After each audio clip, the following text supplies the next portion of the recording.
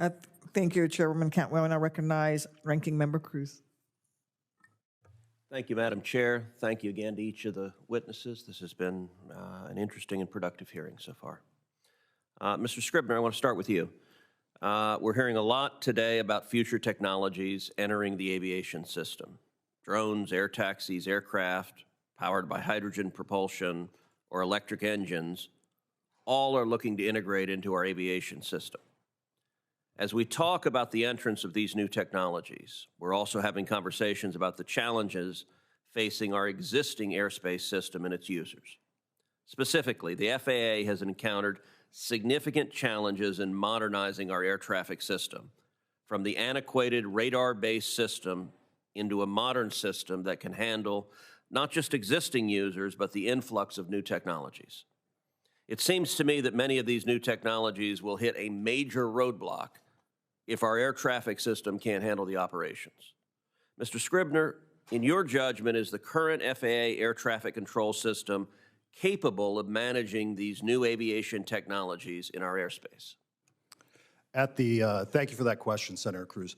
At the volumes and the operations and the timelines that have been suggested by many of the developers of those technologies, I would say no. And that's particularly true with small unmanned aircraft systems, advanced air mobility, that call for a large increase in total aircraft in the airspace. So what's been the impediment? They've been ostensibly working on next gen for 20 years. Well, why isn't it here yet? I believe the problem is, the separate issues of inconsistent funding, this strong risk aversion that we have within FAA's air traffic organization. I think it's related to governance.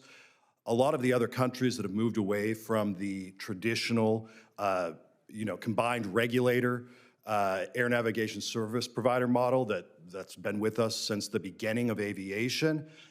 They did so because they realized that the provision of air navigation services is a 24/7 high-tech business.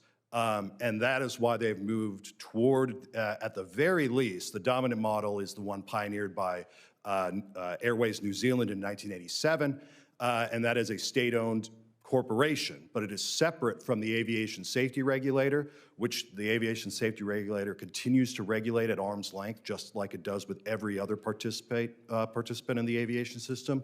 But it lets them focus on doing their jobs, and that is providing the best service to their customers, the users of the system, that's possible.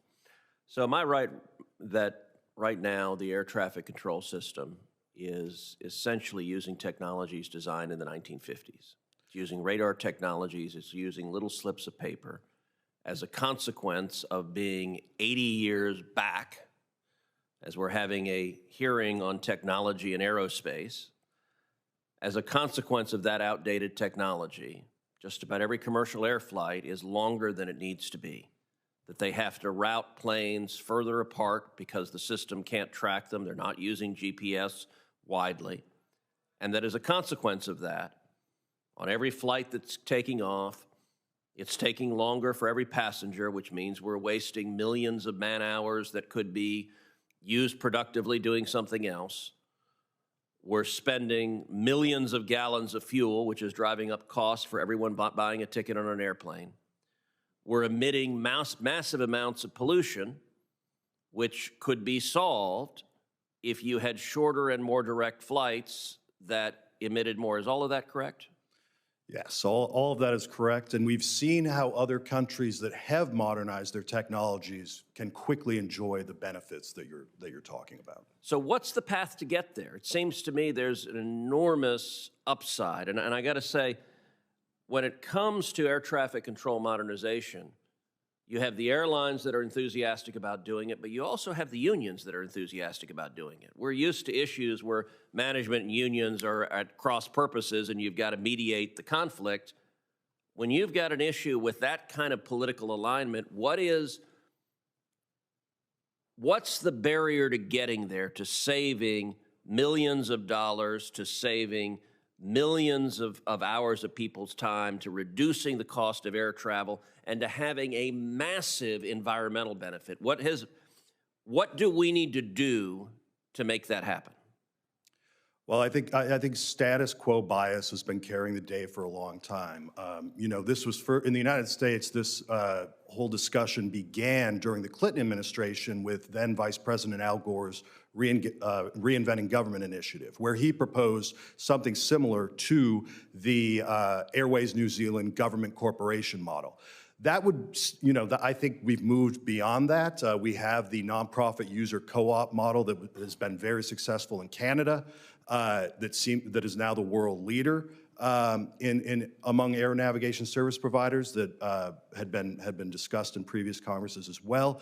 But I think even that original reform model, the government-owned corporation, would be a substantial improvement on what we have today. Thank you. Thank you, Senator Cruz. I now recognize myself for our line of question.